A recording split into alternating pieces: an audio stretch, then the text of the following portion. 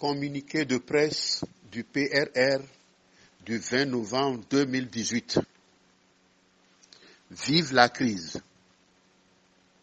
Elle a engendré une clique de coyotes, des parvenus et des médiocres qui réussit depuis 28 ans à éloigner de la gestion du pouvoir les patriotes et les compatriotes les plus intelligents et qui ne sont ni partisans, ni sectaires et ni corrompus.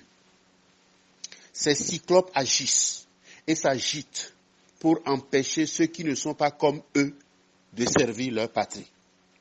Ils complotent pour les discréditer et les éloigner de la gestion du pays. Ils font tout pour maintenir la masse du peuple dans l'ignorance, dans la misère et la breuve de haine et d'intolérance. Ainsi, ils sont libres de manœuvrer et de profiter de l'analphabétisme, de l'illettrisme et de l'inculture qui règne dans la société. Ils avaient annoncé que le gouvernement n'a pu collecter que 423,3 milliards de francs CFA de recettes, impôts et emprunts à la fin du mois de juin 2018, soit 32,3% des 1310,7 milliards de francs CFA prévus dans le budget de 2018.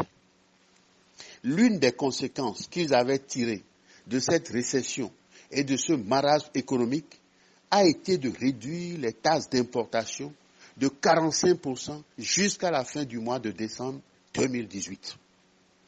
Comment est-il donc possible de présenter un budget pour l'année 2019 de 1461 milliards de francs CFA, soit en augmentation de 11,5% par rapport à 2018? Voilà le charlatanisme, la grande pagaille et la grande supercherie des guapes qui profitent de la crise. Puisqu'ils veulent faire voter le peuple crétinisé et crève la faim le 20 décembre prochain, ils lui présentent des réussites illusoires et l'entretiennent dans de vains espoirs. Ce sadisme tropical est si développé chez nos compatriotes au cœur du pouvoir, qui arrivent à se justifier sans gêne, car cette disposition d'être est la même chez leurs congénères de l'opposition. La CENI, les enregistrements sur les listes électorales, les élections à n'importe quelle condition, voilà leur champ de lutte acharné pour assouvir leurs ambitions personnelles. Notre patrie ne compte pas. La dignité et le bien-être de notre peuple ne comptent pas. Mais les vocations du peuple ne leur servent qu'à l'instrumentation et à la couverture de leurs malsaines ambitions. La question que le commun des Togolais me pose et qui est récurrente est: allons-nous survivre? Ma réponse est identique à celle de l'un de mes maîtres à penser. Il faut beaucoup de prodiges pour faire un peuple généreux, beaucoup de courageux pour faire un peuple libre et beaucoup de jeunes fous pour faire un peuple héroïque. C'est donc la fièvre de notre jeunesse qui maintiendra le reste de notre société à la température normale. Si elle se laisse corrompre et se refroidit, alors le reste de notre nation claquera longtemps des dents. Je dis à notre jeunesse et à nos compatriotes que nous pouvons plus que survivre. Nous pouvons redresser notre nation et en faire l'ordre de l'humanité. Mais pour y arriver, c'est la jeunesse qui doit comprendre que l'esprit national ne doit pas être un esprit de parti.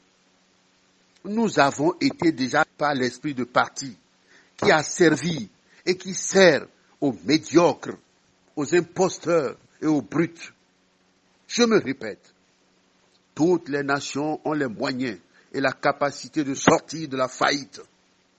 Les protagonistes de la crise togolaise nous prennent en otage. Ils jouent à leur jeu habituel depuis 28 ans, sinon plus. Leur ballon de jeu actuellement est M. Fogna Sibé. Pour les turiféraires du système pourri en place, c'est sur son instruction que tout le mal se fait, que la corruption prospère et que les fraudes s'organisent.